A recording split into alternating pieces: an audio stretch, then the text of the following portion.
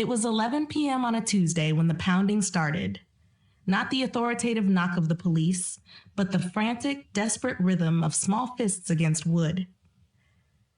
I opened the door to a sight that stopped my heart. My 6-year-old granddaughter, Zara, stood shivering on my porch, barefoot and bleeding. She had walked nearly 2 miles along the highway access road to find me, hiding in drainage ditches every time she sighted car headlights, terrified that if a stranger stopped, they would take her back to the parents she was running from. "Did I do something wrong, Mama Fee?" she whispered, burying her face in my nightgown, her body heaving with sobs. "Is that why you left? Because I lied in the videos like Mommy told me to?" I held her, my heart shattering in my chest, because she knew. Even at 6 years old, she knew she had been weaponized against me. But what she didn't know, what I hadn't known until that very moment, was that her mother wasn't just cruel. She was part of a sophisticated legal syndicate. My daughter and her lawyer husband had turned destroying grandparents into a business model, and my family was just another transaction in their ledger. To understand why a 6-year-old was walking down a highway alone, you have to go back 7 days. It started on a Tuesday morning with a process server pounding on my door like the police raiding a drug house.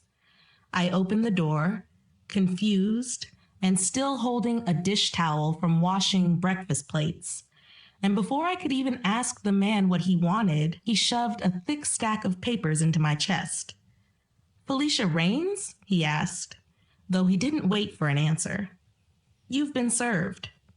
He turned and walked down my Richmond driveway without looking back, getting into his unmarked sedan and driving away as if he had just delivered a pizza instead of a bomb. I stood there on the porch, the morning sun beating down on my neck, looking down at the heavy envelope that felt hot in my hands. My daughter's name was printed across the top, Bryn Raines Hendricks, and beneath it, words that made the world tilt sideways, civil suit for damages. My legs almost gave out, so I sat heavily on the front step while neighbors walked past with their dogs, staring at the 58-year-old woman having a breakdown at 9 o'clock in the morning. I tore the envelope open, my fingers fumbling with the clasp, and I began to read. Case number 4492CV. Plaintiff, Bryn Raines Hendricks. Defendant, Felicia Raines. It wasn't just a letter. It was a 50-page indictment of my life. I read phrases like alienation of affection, intentional infliction of emotional distress, and gross negligence. The words swam before my eyes, blurring into a wall of legalese that accused me of being a monster to the children I had practically raised for the last 8 years. My daughter was suing me for $500,000. I sat there, trying to make the math work in my head. I knew exactly what they were looking at, and it wasn't my checking account, which barely covered the utilities from my job shelving books at the library. It was the house. My husband and I had bought this house on the outskirts of Richmond 30 years ago for peanuts, back when this area was just dirt roads and scrub brush. But now, with the city expanding, developers were knocking on my door every week, offering $600,000 for the land. Garrett didn't see a home full of memories or the place where he had asked for my daughter's hand in marriage. He saw a winning lottery ticket that I was refusing to cash. He knew that if he won a judgment for $500,000, I would be forced to sell the house to pay him. He wasn't trying to protect his children from a dangerous grandmother. He was trying to liquidate my assets to pay off his own debts. Then I turned to page 3, and my heart stopped beating for a full second. Emergency restraining order. Approved 2 days ago. Effective immediately. I was legally barred from contacting my grandchildren, from going near their school, and from being within 500 feet of them. I realized with a sick feeling that I had spent the last 2 days wondering why Bryn wasn't returning my calls. For 2 days, I had been texting to ask if everything was okay, sending funny pictures to the kids, and worrying that they were sick. But the whole time, they had been sitting in a lawyer's office, planning to label me a criminal if I ever tried to see my grandchildren, Kai and Zara, again. I grabbed my phone and called Bryn anyway, my fingers shaking so hard I misdialed twice. The call failed immediately. She'd blocked my number. I tried texting her, begging her to talk to me, but the messages turned green instead of blue. She'd blocked me there too. I pulled up my photos and scrolled to just 2 weeks ago. We were at the hospital. Bryn's third baby, little Jackson, was pink and screaming and was placed in my arms while Bryn recovered from delivery. I could still hear her voice, hoarse from pushing, and then see the tears streaming down her face as she squeezed my hand and said, "I couldn't do this without you, Mom. You're my rock." That was just 14 days ago. 14 days between "You're my rock" and a lawsuit claiming I was an abuser. My email pinged with a notification. It was a message from Hendricks and Associates law firm. All communication henceforth must go through legal counsel. It read, the tone cold and clinical. Any attempt to contact Bryn Hendricks or the minor children will be considered harassment and prosecuted to the fullest extent of the law. Signed, Garrett M. Hendricks, Esker. That's my son-in-law, Bryn's husband, the personal injury attorney my daughter married a few years ago. I remembered their wedding, how he'd put his hand on my shoulder, looked me in the eyes with what I thought was sincerity, and said how grateful he was for everything I'd done for Bryn, and that family was everything to them. What I didn't know then, what wouldn't click until much later, was that Garrett had been planning this from even before the wedding. He wasn't just marrying a wife, he had been acquiring an asset, and I was the only obstacle standing in his way. I didn't sleep that night. I couldn't close my eyes without seeing the legal papers. At exactly 2 a.m. on the third night, while sitting in the dark of my living room, I Googled Attorney Richmond Family Law Emergency. I found a woman named Celia Morse who specialized in high conflict cases, and I left a voicemail that probably sounded unhinged. She called back at 8 a.m., and I was in her office by 10. Celia was younger than me, maybe 40, with sharp eyes and an expression that didn't waste time on sympathy. She read the complaint while I sat across from her desk, wringing my hands and trying not to fall apart. "This is detailed," she said finally, looking up over the paperwork. "Whoever built this case spent significant time on it, Mrs. Raines. There are dozens of alleged incidents listed here, with specific dates, times, and even quotes from the children." "Quotes?" I asked. "What kind of quotes?" She turned her laptop toward me so I could see the screen. "You need to see something. These were attached to the digital filing." It was a video file. She clicked play. My grandson Kai's face filled the screen. He was 7 years old, sitting at Bryn's kitchen table, wearing his favorite dinosaur t-shirt. The timestamp in the corner read 2:25 p.m. on a Tuesday afternoon, 6 months ago. Bryn's voice came from off camera, gentle and coaxing, the voice of a concerned mother. "Kai, honey, can you tell me what Mama Fee does when you don't finish your dinner?" Kai's face was serious. Too serious for a 7-year-old. His eyes darted to the left, toward someone off camera, before he spoke. His words came out carefully, rehearsed, like lines in a school play he'd practiced over and over but didn't quite understand. "She makes me sit at the table for hours," he said, his voice monotone. "She says I'm ungrateful. She says kids in other countries are starving and that I'm being wasteful." My chest caved in. Those were my exact words, or close to them. I had used them once, maybe twice, when Kai refused to eat anything but candy. "And how does that make you feel, sweetheart?" Bryn continued, her voice dripping with performative sadness.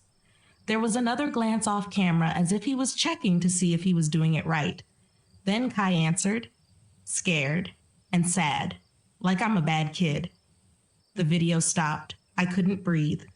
That dinner, I remembered it perfectly. It was 6 months ago. Kai had played with his peas for 40 minutes. I'd said those words, the same words my mother had used on me, the same words mothers have used for generations. He'd sat there for another 10 minutes, eaten half, and then I'd let him go play video games. We had ice cream afterwards. It was normal parenting, normal grandparenting. But on video, stripped of context and recited by a sad-looking child, it looked edited, coached, and performed. It looked like I had emotionally tortured a child over a plate of vegetables. There are more, Celia said gently. She played another file. This time it was my granddaughter Zara, 5 years old at the time. She was crying. "What happened, sweetheart?" Bryn asked. "Mama Fee yelled at me for spilling juice," Zara sobbed, rubbing her eyes. "She said I was clumsy and made me clean it up all by myself." My hands were shaking. Zara had knocked over orange juice on purpose that day. I'd watched her look me in the eye and tip the cup, testing boundaries like 5-year-olds do. I'd raised my voice slightly and asked her to help me clean it up, to teach her responsibility. She'd helped. We'd cleaned it together, and 5 minutes later, she was laughing and playing again. But on video, it looked like I had berated a sobbing child for an accident. Celia played 3 more, then 5 more, then 8. Each one was a normal moment of grandparent discipline, twisted and edited until it looked like systematic abuse. Kai being asked to pick up his toys became forced labor. Zara being told she couldn't have ice cream became withholding food. Normal boundaries, normal rules, all filmed, all coached, all edited. By the time the 9th video finished, I was crying so hard I couldn't see the screen. "They've been building this case for 2 years, Celia said quietly, closing the laptop. "Someone planned this very carefully. Someone who knows exactly how family court works and exactly what phrases judges hate to hear." "Garrett," I whispered. "Her husband. He's a personal injury lawyer." Celia pulled up a website on her other screen. Hendricks and Associates. Garrett's photo smiled from the homepage. Professional, trustworthy, and successful. "He specializes in family law," she corrected me, "specifically grandparent alienation cases. He's handled dozens of them, and always on the side of parents seeking damages from grandparents. He didn't just hire a lawyer, Felicia. He is the architect." Celia looked at me across the desk, her expression grim. "They have a strong case, Felicia. Strong enough that most grandparents would settle immediately rather than fight it and risk having these videos played in open court." "I don't have $500,000, I said, wiping my eyes. "They know that. They're expecting you to settle with the house. They want you to liquidate your assets to make the problem go away." I looked at my hands, calloused from 30 years of shelving books. These hands had held Kai when he was born, had rocked Zara through colic, and Bryn had spent 2 years documenting those hands as instruments of abuse. "What if I don't settle?" I asked. "What if I fight?" "Then we go to trial," Celia said. "You spend everything you have fighting this, your savings, your retirement, everything. And even if we win, even if we prove these videos are manipulated and coached, the relationship with your grandchildren might be destroyed anyway. They've been taught to fear you for 2 years. That kind of damage takes years to undo." I walked to her window and looked out at the Richmond traffic moving past like nothing had changed, but everything had changed. "I need you to find out why," I said, turning back to her. "Why now? Why this? If they wanted the house, they could have just asked for help. There has to be a reason they are desperate enough to do this to their own children." Celia nodded. "I'll run a full financial background check on both of them. If this is about money, there will be a trail." She called me 18 days later. "I found something. You need to come in." I was there in 20 minutes. Property records were spread across her desk alongside financial documents and bank statements printed in red ink. "Garrett and Bryn bought a house last year," Celia said without preamble. "Charlottesville, just outside Charlottesville. It's a sprawling estate. Purchase price was $1.2 million. My breath caught. $1 million house? Bryn was a social worker making $40,000 a year. Garrett was a lawyer, but he was young, an associate. They're massively over-leveraged, Celia continued, pointing to a foreclosure warning. They are 3 months behind on payments. If they don't come up with significant cash in the next 60 days, they will be facing foreclosure. They need roughly $300,000 to catch up on payments, pay off the penalties, and avoid losing the house. But they're suing you for $500,000. The truth hit me like a fist to the sternum. This wasn't about protecting Kai and Zara from their abusive grandmother. This wasn't about my parenting style or my discipline. This was about money, and they still had another baby while they were drowning in debt, I whispered, thinking of little Jackson. That makes the lawsuit even more sympathetic to a jury, Celia noted. Young mother with 3 small children, traumatized by her controlling mother-in-law. It increases the settlement value. They spent 2 years documenting normal grandparenting, editing it into abuse, and coaching Kai and Zara to lie on camera, all while their mortgage payments piled up. They were willing to traumatize my grandchildren, make them believe their mama fee was dangerous, all to save a house they couldn't afford. I've already filed the subpoena for these financial records, Celia added, her eyes hard. Garrett will get the notification within the hour, so he's going to know we aren't just defending anymore. He's going to know we are hunting. Expect a reaction, Felicia. When you corner a rat, it bites. I drove home that evening with the financial records burning a hole in the passenger seat. I sat in my living room as the sun went down, trying to reconcile the daughter I raised with the woman who would mortgage her children's mental health for a zip code. The house was silent and heavy with the absence of Kai and Zara until the sudden vibration of my phone against the coffee table shattered the quiet. It was an unknown number. Mom, please stop trying to fight this. You're making everything worse. The kids are having nightmares. Just settle and we can all move on. Bryn. She texted me from a burner number because she had me blocked on her main line. I typed back, my fingers trembling with rage. Nightmares because you're coaching them to lie about me? 3 dots appeared, disappeared, then nothing. I couldn't sleep. I sat in the dark, thinking about those videos, about how carefully Bryn had filmed everything. On a whim, I created a fake Facebook account. I found Bryn's profile and scrolled back through 2 years of posts. There were photos of Kai and Zara with me, dozens of them. Every photo showed happy children, smiling, laughing, and hugging me, and under each photo were captions that made me want to scream. 18 months ago, so grateful for my mom, don't know what I'd do without her. A year ago, while documenting my abuse secretly, best grandma ever, the kids are so lucky. She had constantly and publicly praised me while secretly destroying me. I kept scrolling until something almost stopped my heart. It was a photo from 9 months ago. Bryn and the kids were at her kitchen table, making cookies. Nothing unusual.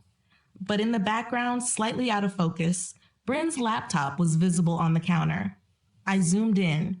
I enlarged the photo until the pixels started to blur.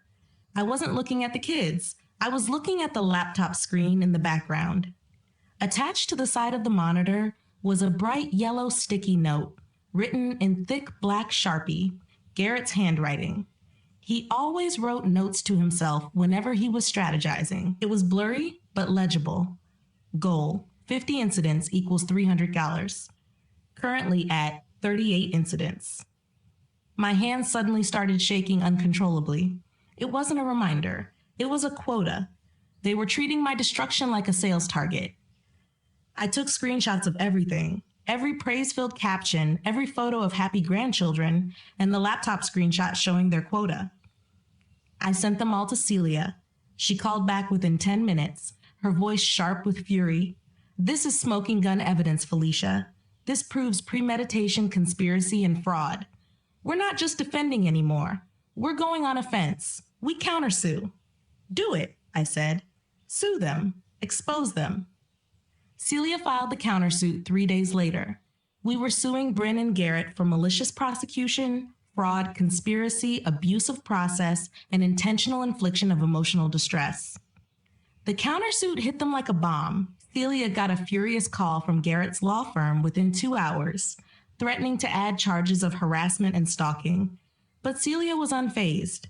"Let them try," she said. "We have the quota." But I knew the legal battle would be long, and I knew I wasn't the only one. The next morning, I went to a support forum for estranged grandparents. I found usernames of grandparents fighting similar cases in Texas, and I sent private messages to 3 of them. 2 responded within hours. Ramona from Roanoke, who had been sued by her son for $400,000. She'd lost her case because she couldn't afford a good attorney, and she hadn't seen her grandchildren in 3 years. And Vivian from Fort Worth, who was still fighting her case. Her daughter's husband was also a lawyer at a firm that specialized in these lawsuits. "It's a scheme," Vivian told me. "They target grandparents who've been or are still primary caregivers, build cases over the years, then sue for damages. Most grandparents settle because they're terrified of losing access forever." "What if we all fought back together?" I asked. There was silence on the line. Then Ramona responded, "That's dangerous. They'll come after us harder." "They're already destroying us," I said. "What else do we have to lose?" I realized that a phone call wasn't enough. We couldn't fight a law firm with text messages. We needed a headquarters. On a rainy Tuesday, 7 grandparents met in my living room. It looked like a bake sale, but it felt like a war council. Ramona drove 3 hours in a beat-up sedan. She was a retired nurse with hands that shook from Parkinson's, but her eyes were clear as glass. She laid her paperwork on my coffee table. "He sued me for grandparent alienation 2 days after my husband's funeral," she told the group. "My son. My own flesh and blood." Vivian from Fort Worth spoke next. She was wealthier than the rest of us, wearing a suit that looked expensive, but her pain was the same. "My son-in-law works for Garrett," she said, dropping a bombshell that made the room go silent.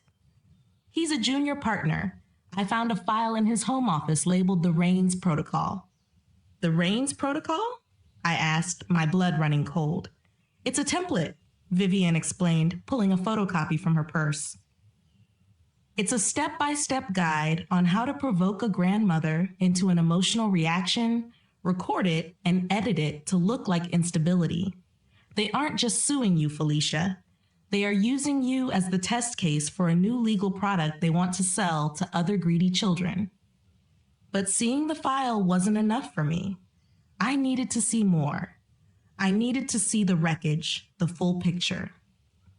Ramona, the retired nurse from Roanoke, had been quiet during the meeting, her hands shaking in her lap. When she left, she whispered to me, "I have boxes, Felicia. 3 years of letters my son sent back unopened, and I have the videos they sent me of my grandchildren crying. I can't bring them here. There's too much. But if you come to Roanoke, you can have it all." 2 days later, I drove the 3 hours to Roanoke because I needed to understand the enemy I was fighting, and I needed to see what losing looked like. So I would never let it happen to me.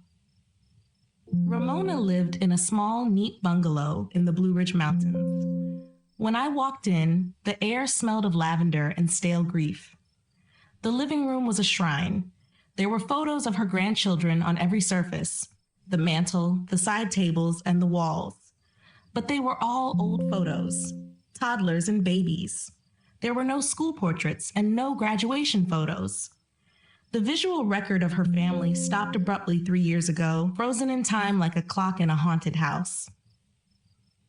"This is what they do," Ramona said, leading me to a spare bedroom. The room was filled with cardboard boxes, dozens of them. "I kept everything," she said, her voice trembling. "Every time they returned a birthday gift, every time they sent a legal threat, every time my son texted me to say I was toxic for asking to see them on Christmas." We spent the afternoon sifting through the debris of her life. It was a graveyard of grandmotherhood, I found unopened Lego sets still in the shipping boxes. I found a dress she had sewn by hand for a granddaughter who had outgrown it years ago. But then we found the weapon. In a box marked legal, Ramona pulled out a binder. "This is what they used in court," she said. I opened it. It was a psychological evaluation commissioned by her son's lawyer, the same lawyer who worked with Garrett. The report painted Ramona, a woman who had spent 40 years as a pediatric nurse, as mentally unstable and obsessively attached. I read the evaluator's notes. Subject displays excessive emotion when discussing grandchildren, and subject refuses to accept parental boundaries regarding no contact periods. "They used my love against me," Ramona whispered, tracing the words on the page. "They told the judge that because I cried after they took the kids away, it showed I was unstable, claiming that my grief proved I was mad." I looked at Ramona, broken and surrounded by the ghosts of the children she was still mourning, and I felt a cold fury solidify in my chest. Garrett wasn't just a lawyer. He was an executioner who was teaching people how to kill a grandmother without using a weapon. "I'm taking this," I said, clutching the binder. "I'm taking all of it. The unopened gifts, the returned letters, and the evaluation. I'm going to show the jury what winning looks like for men like Garrett, and I'm going to show them the empty room." I drove back to Richmond that night with my car loaded down with Ramona's pain. The highway stretched out before me, dark and empty, but I wasn't alone. I had Ramona with me. I had Vivienne. I had every grandmother who had ever been told she was too much for loving her own blood. That was the moment the fear left me, replaced by a cold, hard resolve. I wasn't just fighting for Kai and Zara anymore. I was fighting to stop a plague. Declaring war is one thing, but surviving the first bombardment is another entirely. Garrett didn't wait for the court date to retaliate. He started the siege 3 days after we filed the countersuit, and it was a campaign designed to make me look incompetent, senile, and dangerous. The kind of gaslighting that makes you question your own eyes. It began with the noise complaints. The police arrived at my door at 11 p.m. on a Tuesday, their cruiser lights flashing against my living room curtains. 2 young officers stood on my porch, looking tired and annoyed, their hands resting near their belts. "We received a report of a domestic disturbance," the taller officer said, shining his flashlight past me into the hallway. Neighbors reported screaming and the sound of throwing objects. I stood there in my bathrobe, holding a cup of chamomile tea, the house behind me as silent as a tomb. "There is no one here but me, officer," I said, my voice trembling with exhaustion. "I've been reading for the last 2 hours. My television isn't even on." They walked through the house anyway because they had to clear the call, shining flashlights into my closets, checking under the beds, and looking for the source of the imaginary noise. They found nothing, of course, but the report was filed. "Police visit to Rain's residence," disturbance reported. That was all Garrett needed, a paper trail suggesting instability and conflict in my home. 2 nights later, it escalated from annoyance to violence. I woke up to a shattering sound that echoed through the empty house like a gunshot. I ran to the kitchen, my heart hammering against my ribs, expecting to find a burglar or a storm. Instead, I found a brick sitting in the middle of my kitchen floor, surrounded by jagged shards of glass from the patio door that were glittering in the moonlight. I didn't touch it. I leaned down and saw that wrapped around the brick was a piece of paper secured with a rubber band. It was a printout of my bank statement, the one showing I was almost out of money, a document only my lawyer or the opposing counsel would have access to during discovery. Scrawled across it in thick red marker were 5 words: "You can't afford to win." I called the police again. This time they took a report for vandalism, but when I told them who did it, they looked skeptical. "You think your son-in-law, a prominent attorney, threw a brick through your window at 3 a.m.? The officer asked, raising an eyebrow as he swept up the glass. Do you have proof? Perhaps a camera recording? I didn't. My security cameras had been spray painted black. Someone had come into my yard, disabled the cameras with professional precision, and then threw the brick. It was professional, calculated, and terrifying. But the worst part wasn't the brick. It was the drones. A week later, I was gardening in the backyard, trying to find some peace among my hydrangeas and trying to remember what normal life felt like, when I heard the buzz. It sounded like an angry hornet. I looked up and saw it hovering 20 feet above my head, a black drone with a camera lens pointed directly at me. It followed me. When I moved to the porch, it hovered closer, its rotors whirring aggressively. When I went inside and closed the blinds, it buzzed against the window glass like a giant insect trying to get in. It was psychological warfare. Garrett was telling me that I had no privacy, no safety, and no sanctuary. He was trying to provoke a reaction, hoping I would run outside screaming or throw a rock at it so he could record me looking unhinged for the jury. I sat on my kitchen floor, hugging my knees and listening to the drone buzz outside. I wanted to scream. I wanted to run, but I remembered the look on Kai's face in the video, the look of a child who had been coached to lie. If my 7-year-old grandson could survive their torture, I could survive this. I didn't go outside, and I didn't scream. I just picked up my phone and recorded the drone through the window blinds. Document, I whispered to myself, repeating Celia's advice like a prayer. Document, document, document. I logged the time. I logged the police visits. I logged the brick so that by the time the trial arrived, I wouldn't look like a crazy woman. I would look like a woman under siege who was refusing to surrender the castle. But we needed more than the videos and the harassment logs. We needed a confession. Celia devised a plan. It was risky and dangerous and required me to act like the broken, defeated woman they wanted me to be. If it failed, they would use the meeting against me in court, claiming I was harassing them. But if it worked, we could end this. You have to make them believe you're giving up, Celia told me, taping a small digital recorder to the small of my back. Garrett is arrogant. If he thinks he's won, he'll brag. He won't be able to help himself. I called Bryn. I left a voicemail, sobbing into the phone, telling her I was ready to settle. I told her I couldn't take the pressure anymore, that I would sell the house and give them the money, anything to stop the lawsuit. She called back within 3 minutes. Her voice was cool and victorious. Meet us at the coffee shop on Main Street, she said, and bring the deed to the house. I walked into that coffee shop an hour later, feeling like I was walking to the gallows. The recorder was taped to my spine, itchy and hot. Celia had warned me, don't let them hug you. If they feel the wire, it's over. Garrett was there, looking smug in a suit that cost more than my car, sipping an espresso. Bryn sat next to him, refusing to look me in the eye and staring out the window at the passing traffic. I brought the deed, I said, my voice trembling, partly from acting and partly from genuine fear. I placed the folder on the table between us. Garrett laughed, a short, sharp sound. He reached for the folder immediately, his greed overriding his caution. It's just business, Felicia. Real estate is expensive.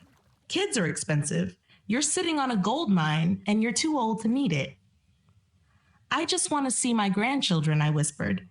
I just want to know why. Why did you have to make them lie? Garrett paused, his hand resting on the deed to my home. He looked at me with a pitying sneer. We did what was necessary to secure our future, he said, his voice low enough that the other patrons couldn't hear. Kai and Zara will get over it. Kids are resilient. They believe what we tell them to believe. But this money, this equity, this changes our lives. So you coach them? I pressed, needing him to say the words for the tape. You told them to say I abused them? We told them a story, Garrett said, shrugging, and they learned their lines. It's not personal, Felicia. It's strategy. And you just lost. He had admitted it. He had admitted it was about the money and not the safety of the children. He had admitted they were coached. I stood up, the recorder burning against my back. "You're right, Garrett," I said, my voice suddenly steady, the tears vanishing. "This does change everything." I snatched the folder back off the table before he could react. "What are you doing?" he demanded, standing up, his chair scraping loudly against the floor. "I'm keeping my house," I said, "and I'm keeping the recording I just made of you admitting to extortion." Garrett's face went white. He lunged for me, but I was already moving, walking briskly toward the exit. He couldn't touch me in a crowded cafe. He couldn't do anything. I walked out of that coffee shop into the sunshine with the recording of Garrett's confession, and my heart pounding a rhythm of victory. I had the smoking gun now, because what I had was not just a recording, it was a catalyst. My confrontation with Garrett must have terrified someone else in his orbit, because 3 nights later, I received a phone call from a blocked number. "Don't speak," a woman's voice whispered. It sounded young, terrified, and echoing, as if she were in a bathroom or a stairwell. "Just listen. I work at Hendricks & Associates. I see what they're doing to you and to all the others." I held the phone tight, my heart hammering against my ribs. "Who is this?" "I can't tell you that. Garrett would destroy me. He destroys everyone who crosses him.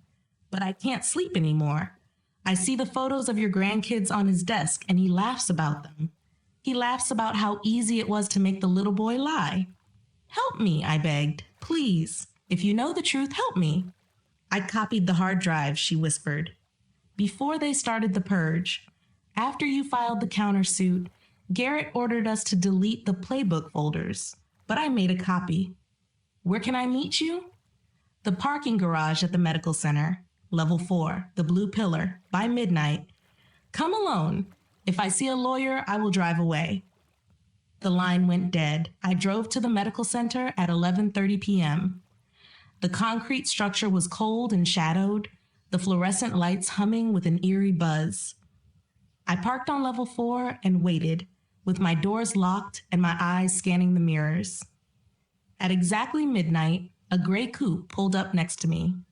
The window rolled down 3 inches. I rolled mine down and saw a pair of eyes in the darkness, wide with fear. It was a young woman, maybe 25, her hair pulled back in a messy bun. She looked a lot like the girls I used to work with at the library, young, hopeful, and currently terrified. "Take it," she hissed, shoving a USB drive through the gap in the window. "Why are you doing this?" I asked as I grabbed the cold metal of the drive. "Because my grandmother raised me," she said, her voice cracking. "And if anyone ever tried to do this to her, I would burn the world down." She rolled up the window and peeled away, tires screeching on the concrete, leaving me alone in the dark with the smoking gun in my hand. I drove straight to Celia's house and banged on her door at 1 a.m. until she answered in her pajamas. "We have it," I said, holding up the USB drive. We plugged it in. It wasn't just emails. It was the entire anatomy of the scam. We even found the script titled The Alienation Protocol. It contained line-by-line instructions for parents on how to gaslight their own children. Step 1. Remove photos of the grandparent from the home. Step 2. React with visible fear whenever the grandparent's name is mentioned. And Step 3. Reward the child with treats when they reject the grandparent. I read the script and I felt sick. I remembered Kai looking at me with fear and Zara crying. They weren't just being coached, they were being conditioned like lab rats. But the worst file was a spreadsheet titled Revenue Projections, the Rains Case. Garrett had mapped out my financial ruin.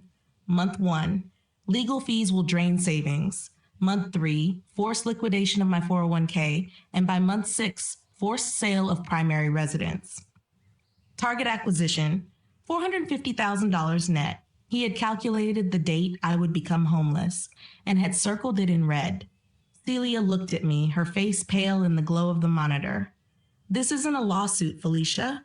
This is a heist. And we just caught them with the blueprints." We didn't wait for the trial. We went nuclear. I had the recording, the stolen files from the whistleblower, and the testimony of 7 other grandmothers. I had enough to win in court, but Celia had warned me that court could take years. Garrett would file motions, request delays, and bury me in paperwork until I ran out of money or time. We can't wait for a judge, I told Celia, staring at the photo of Kai looking so small and defeated. We need to burn his reputation to the ground and make him radioactive. 2 days later, I wasn't sitting in a lawyer's office. I was sitting in a soundproof studio at Channel 12 News. Holland Pierce, the investigative journalist Ramona had connected me with, sat across from me. The studio was freezing, kept cold for the equipment, and the lights overhead were blindingly bright, making me feel exposed and vulnerable. "We're going live in 2 minutes," Holland said, adjusting her earpiece. "Are you ready for this, Felicia? Once we air this, there is no going back. He will sue you for defamation. He will try to get a gag order, and he will come at you with everything he has." I touched the folder in my lap, the folder containing the Raines Protocol and the revenue projections. "I'm ready," I said, my voice steady. "He's been coming at me for 2 years. Now it's my turn." The camera light turned red. "Tonight, we have an exclusive investigation," Holland began, looking into the lens. "They are the people we trust with our most vulnerable family members, our grandparents. But what if your love for your grandchildren was being weaponized against you? What if there was a legal playbook designed to strip you of your rights and your assets?" She turned to me. "Felicia, tell us about the quota." I held up the screenshot, the one from Bryn's laptop, blown up on a poster board for the cameras. "They had a number," I said, looking directly into the camera and imagining Garrett sitting in his living room watching this. 50 incidents. They needed to document 50 incidents of my behavior to justify a $300,000 settlement. If I was 5 minutes late dropping them off, Garrett logged it as chronic neglect. If I gave them a cookie after dinner, he logged it as medical endangerment. They weren't documenting abuse. They were twisting my love into a list of crimes just to hit their quota. Then Holland played the clips. Not the edited ones Garrett had sent to the court, but the raw footage we had recovered from the whistleblower's drive. The footage showing Garrett snapping his fingers at Kai. The footage of him withholding dinner until Kai said the line right. "Say it again," Garrett's voice growled from the studio monitors. "Tell the judge she scares you." She scares me," Kai's voice whispered, small and terrified. Louder, with tears this time. In the studio control room, the producers had stopped talking. The cameraman looked sick. "This isn't just one lawyer," I continued, my anger burning hot and bright under the studio lights. "This is a network. I am sitting here tonight with the evidence of 14 other families. 14 grandmothers who were told they were crazy, who were told they were toxic, and who were sued for visitation rights they should have never lost." I looked into the lens again. Garrett Hendricks isn't protecting children. He is running a demolition crew. He breaks families apart, and then he charges you for the wreckage. The interview ended. The lights dimmed. Holland reached across and squeezed my hand.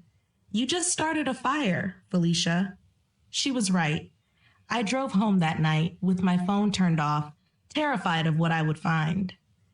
When I turned my phone back on at my kitchen table, it nearly vibrated off the surface. 500 notifications. Then 1,000. The story had gone viral before the broadcast even finished. #Grandparent Trap was trending on Twitter. I opened the comments, bracing myself for hate and for people calling me a bitter old woman. But that wasn't what I found. This happened to my mom. We didn't know it was a scam. I haven't seen my grandkids in 4 years. The lawyer used these exact same words. "This man is a monster. Disbar him." Then the emails started coming in. Not from trolls, but from former clients of Hendricks and Associates. People who had settled, people who had signed NDAs. I saw you on the news, one email read. He did this to me in 2019. I have the emails and I have the threats. I'm ready to talk. By midnight, the court of public opinion had returned a verdict, and it was unanimous. Garrett wasn't just a lawyer anymore. He was a pariah. My landline rang at 12:15 a.m. I picked it up. "You dead bitch," Garrett's voice slurred on the other end. He was drunk. I could hear glass breaking in the background. "You think you can go on TV? You think you can humiliate me? I will bury you, and I will take that house and burn it down with you inside it." "You're on speaker, Garrett," I said calmly, holding my cell phone up to the receiver to record him one last time. "And you just threatened a witness in a federal investigation. Say hello to the DA for me." I hung up. I sat in my quiet house, listening to the wind, knowing that the silence wouldn't last. I had backed the animal into a corner. I had taken his reputation, his money, and his power, and tomorrow he would come for me. The firm released a statement calling me bitter, claiming I couldn't accept accountability, and that I was weaponizing the media to harass their clients. But the internet didn't buy it. The comments flooded in by the thousands. "Those videos are clearly coached. This is elder abuse. That law firm needs to be investigated." Reporters started digging. They found the other cases and interviewed Ramona, Vivian, and all the other grandparents. The pattern became undeniable. 4 days after my segment aired, someone pounded on my door. I looked through the peephole and saw Bryn. She was alone, and her face was blotchy from crying. I opened the door, and we stared at each other across the threshold. "They're destroying me," she whispered. "People recognized me at the grocery store and spat at me, Mom. And someone else threw a brick through our window last night." My throat tightened. The brick, the same tactic they had used on me. She kept talking, her voice rising in panic. "I didn't know it would be like this. Garrett told me it would be easy, that lots of people do it. He said you'd just settle, we'd pay off the house, and everything would be fine." "Drop the lawsuit," I said, blocking the doorway. "Admit what you did and make it right." "Garrett won't let me," she sobbed. "If we drop it now, we admit fraud. We could be prosecuted and we could lose everything." "You already lost everything," I said. "You just don't know it yet." She turned to leave, then stopped. "I'm sorry for what it's worth. I'm so sorry." I closed the door. Sorry won't bring back 8 years. Sorry won't undo the coached videos. Sorry meant nothing. The trial was 2 weeks away when Celia called me with an urgency in her voice that made my stomach drop. "I found something," she said. "You need to come in immediately." I drove to her office through a gauntlet of protesters, some holding signs supporting grandmother's rights, others screaming about family privacy, because the case had become bigger than just my family. It had become a battleground. Celia already had documents spread across her conference table when I arrived. Her face was pale. She had subpoenaed Garrett's personal bank records, looking for the assets he was trying to protect, but she had found something far worse. "Garrett took out a loan against your potential settlement," she said, sliding a document toward me. "He did it 8 months ago, before Jackson was even born." I stared at the paper. It was a pre-settlement funding agreement. He had borrowed $200,000 from a predatory private lender using my lawsuit, my destruction, as collateral. "They spent money they didn't have yet," I whispered, the realization making me dizzy. "They spent money they were planning to extract from me by weaponizing my grandchildren." "Look at where it went," Celia said, pointing to the bank ledger. It was a shopping list of greed. A boat. Garrett had bought a 35-foot boat for $47,000 in cash. Furniture for their Charlottesville house totaling $23,000. A kitchen remodel for $38,000. And a new BMW X5 for Bryn costing $52,000. They had already spent $168,000 of the settlement they hadn't won yet. They had spent it on toys, vacations, and luxury items while coaching my grandchildren to say I'd abused them. They spent it, I said, my voice rising. They spent money they stole from me before they even stole it. Yes, Celia responded, and that means they can't afford to lose. If they lose this case, the lender will come for everything they own. Something inside me went cold, hard, and final. I wasn't just fighting for visitation anymore. I was fighting a man who had gambled his children's happiness on a kitchen renovation. I want them destroyed, I said, looking Celia in the eye.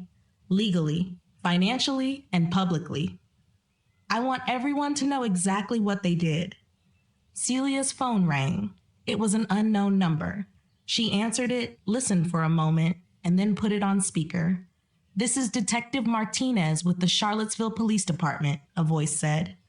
We'd like to talk to Ms. Raines about pressing criminal charges against Garrett Hendricks for conspiracy to commit fraud and child exploitation. Is she available tomorrow? I looked at Celia, and she nodded. Yes, I said. I'm available. But the legal victory would have to wait, because that night, the storm finally broke at home. I was alone, going through the evidence one last time, when my doorbell rang at 11 p.m. And that brings us back to the night the storm finally broke, back to where I started. It wasn't the police, and it wasn't a reporter. I looked through the peephole and froze. Lorraine Dixon, my neighbor from 2 floors down, stood there under the porch light, shivering, but she wasn't alone. She was holding the hand of a small child wrapped in a blanket. I threw the door open. It was Zara, my 6-year-old granddaughter. She was in her pajamas. Her feet were bare and covered in mud, and her face was streaked with dried tears. I found her walking on the highway access road, Lorraine said, her voice breaking. Cars were passing at 60 miles an hour, Felicia. She seems to have been walking for over an hour trying to get to you. I dropped to my knees and pulled Zara into my arms.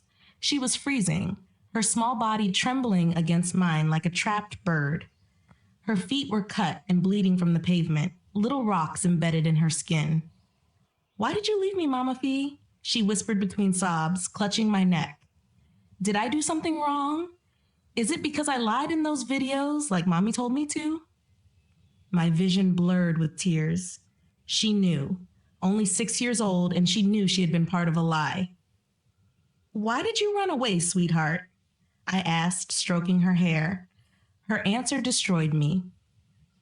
Mommy and Daddy were fighting, she hiccuped, yelling about you and about the lawsuit.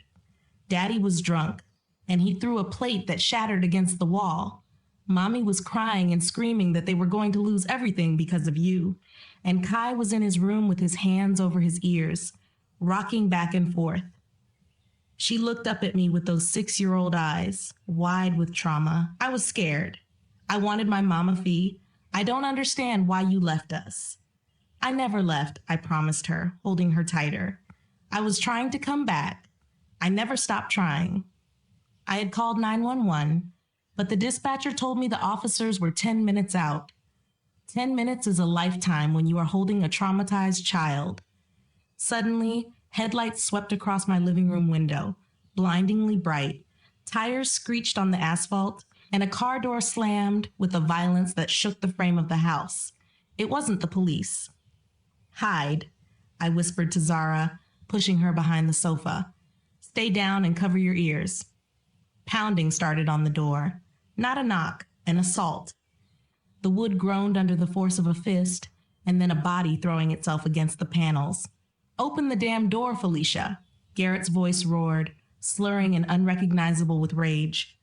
I know she's in there. He was drunk. I could hear in the rage, in the sloppy violence of his shouting. He wasn't a lawyer anymore. He was a cornered animal. Go away, Garrett, I shouted through the door, leaning my weight against it to reinforce the deadbolt. The police are on their way. I don't care about the police, he screamed. That is my daughter. You kidnapped her. I'm going to break this door down and drag you both out. He kicked the door. The frame splintered slightly near the lock. Dust fell from the jamb. I looked around for a weapon. My umbrella stand. A heavy brass lamp. I grabbed the lamp, ripping the cord from the wall. I wasn't 58 years old in that moment. I was a mother bear guarding the last cub. "If you come in here," I said, my voice dropping to a low, cold register I didn't know I possessed, "you are going to leave in an ambulance." "You think you won?" he shouted, kicking the door again. Thud. The deadbolt held, but barely. "You think because you went on TV, you won? I will bury you in lawsuits, and I will burn this house down with you inside it." "Garrett, stop." It was Bryn's voice, shrill and panicked from the driveway. "Stop it. You're scaring her. Shut up." He turned on her. "This is your fault. You were supposed to control your mother. You were supposed to fix this." I heard a scuffle on the porch. A slap. Then Bryn crying out. He had hit her. That was the moment I opened the door. I didn't think. I didn't calculate. I just threw the deadbolt and swung the door wide. Garrett was standing there, his fist raised to hit my daughter again, his face purple with gin and fury. He looked at me, almost surprised that the barrier was gone. "You want to hit someone?" I asked, stepping out onto the porch, holding the brass lamp like a baseball bat. "Hit me. But if you touch my daughter or my granddaughter again, I will end you." Garrett sneered. He took a step toward me, raising his hand. "You old witch." "I should have." Whoop, whoop. The siren cut through the night air. Blue and red lights flooded the lawn, illuminating Garrett like a stage villain caught in the spotlight. He froze. His hand dropped. The fight drained out of him instantly, replaced by the cowardly realization of consequences. "Step away from the woman," the officer shouted, gun drawn, "and get on the ground, now." Bryn saw Zara in my arms, wrapped in a blanket, and lunged at me. The police held her back as she shrieked that I'd kidnapped her daughter. "She walked here," I said quietly, standing up to face them. "Alone, on the highway, late at night, barefoot, because she was terrified of you." The CPS worker was already documenting Zara's injuries, the cut feet, the bruises on her arms where Bryn had grabbed her earlier, and the signs of dehydration. Garrett stood in the doorway, swaying. He was drunk. The officer could smell it from 6 feet away. "Sir, have you been drinking?" the officer asked. "It's none of your damn business." Garrett slurred, stepping forward aggressively. The officer's expression hardened. "Step outside, sir." They took him in for public intoxication, and they found he'd driven to my house drunk with a suspended license. CPS took Kai and Zara into emergency protective custody that night, placing them with a foster family while they investigated. Bryn sat on my front step as the police cars drove away, her head in her hands, sobbing furiously, realizing that she had lost the only thing that actually mattered. 2 weeks later, the civil trial began. But it wasn't the long, drawn-out battle Garrett had planned. It was an execution. Garrett represented himself. It was a bold, arrogant move. But he wanted the jury to see him as a grieving father, not a lawyer. He wore a suit that was slightly rumpled, trying to look like a man holding it together by a thread. But his eyes were sharp and predatory as he approached the witness stand where I sat. "Mrs. Raines," Garrett began, his voice smooth and pleasant, "you claim you love your grandchildren. Is that correct?" "I love them more than my life," I said clearly. "And yet," he turned to the jury, spreading his hands, "you refuse to respect the boundaries their mother set. You refuse to follow simple rules about diet and discipline, and you undermined us at every turn. Do you think a grandmother knows better than a mother?" "I think a grandmother knows when a mother is being coerced," I shot back. "Objection," he snapped. "Sustained," the judge said, though he looked at Garrett with narrowed eyes. Garrett walked closer to the stand, leaning in, trying to use his physical size to intimidate me. "Let's talk about the money, Felicia. You countersued us, and you're asking for legal fees. Isn't it true that you are currently in debt, and that you took out a second mortgage on your home?" "Yes. So isn't this really about money for you?" he asked, his voice rising in a crescendo of fake outrage. "You're losing your house, so you decided to attack your daughter's family to get a payout." The jury looked at me, and I saw doubt in their eyes. Garrett was twisting the narrative so effectively that for a second I felt dizzy. But then I looked at the table where Celia was sitting, and she gave me a tiny nod.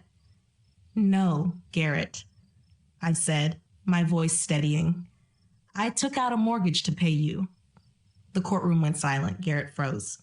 "I took out a second mortgage," I continued, speaking directly to the jury now, "to pay for this trial. I maxed out my credit cards to pay for the forensic analysis of your firm's hard drive. I am in debt, Garrett, because you tried to sue me for $500,000 to cover your own bad investments. You didn't ask for help. You tried to steal my home through the court system."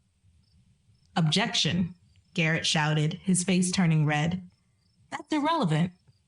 "Overruled," the judge said sharply.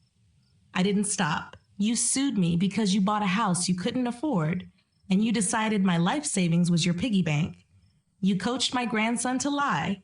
You made my granddaughter cry on camera, and you broke their hearts to fill your wallet." "That's a lie," Garrett screamed, losing his composure entirely. He slammed his hand on the railing of the witness stand, the bang echoing like a gunshot. In that single moment of violence, Garrett destroyed his own mask. He wasn't the grieving father anymore. He was the bully who threw bricks through windows. The jury deliberated for 3 hours, guilty on all counts, malicious prosecution, fraud, and intentional infliction of emotional distress. The judge sentenced him to pay the full legal fees and punitive damages. But the civil verdict was just the beginning. As Garrett left the courtroom, the Charlottesville Police Department was waiting. He was arrested for fraud, conspiracy, and child endangerment. The law firm shut down within a week, and 14 other civil suits were filed by the families they'd exploited. The scheme was finally over. Celia petitioned to permanently restore my grandparents' rights. Bryn didn't contest it. She showed up to family court without Garrett. She looked tired, broken, and small. When the judge asked her position, she said 5 words: "I want my mom back." The judge ruled immediately. Permanent grandparent visitation rights restored. Custody of Kai and Zara returned to Bryn with conditions: family therapy, weekly supervised visits with me, transitioning to unsupervised, and regular CPS check-ins for 6 months. Bryn divorced Garrett before the ink on the custody order dried. That afternoon, I saw them at a park in Charlottesville. It was a supervised visit on neutral ground. Kai and Zara ran to me the moment they arrived, wrapping their arms around my legs and holding on like they'd never let go. "Why did you leave us?" Kai asked, his voice muffled against my shoulder. I knelt and looked him in the eyes, seeing the fear that Garrett had planted there. "I didn't leave you, Kai," I said firmly. "I was forced away, but I fought every single day to get back here, and I am never going anywhere again." Zara pulled back. "Daddy told us you were dangerous." I touched her cheek, wiping away a smudge of dirt. "I'm not dangerous. I'm Mama Fee." Bryn stood 15 feet away, watching us, with tears streaming down her face. 6 months later, everything looked different. Garrett was serving a 4-year sentence at a facility in Greensville. Bryn moved back to Richmond with the kids, got a smaller house, and started therapy. I had Kai and Zara 2 weekends a month. It wasn't the same as before, though. It couldn't be. The coaching had damaged something deep. They flinched sometimes when I corrected them, asked if I was mad, and got worried I'd leave again. But we were rebuilding, slowly and carefully. Last weekend, Zara made me a card out of construction paper and glitter. "I love you bigger than the sky, Mama Fee. I'm sorry I lied." I held her and told her it wasn't her fault, that she had been taught to say those things, and that I still loved her anyway. I am 58 years old, and I have survived something I never imagined I'd have to fight. My own daughter had tried to erase me for money, but I fought back, went public, and exposed the scheme, and ended up saving 13 other families from the same fate.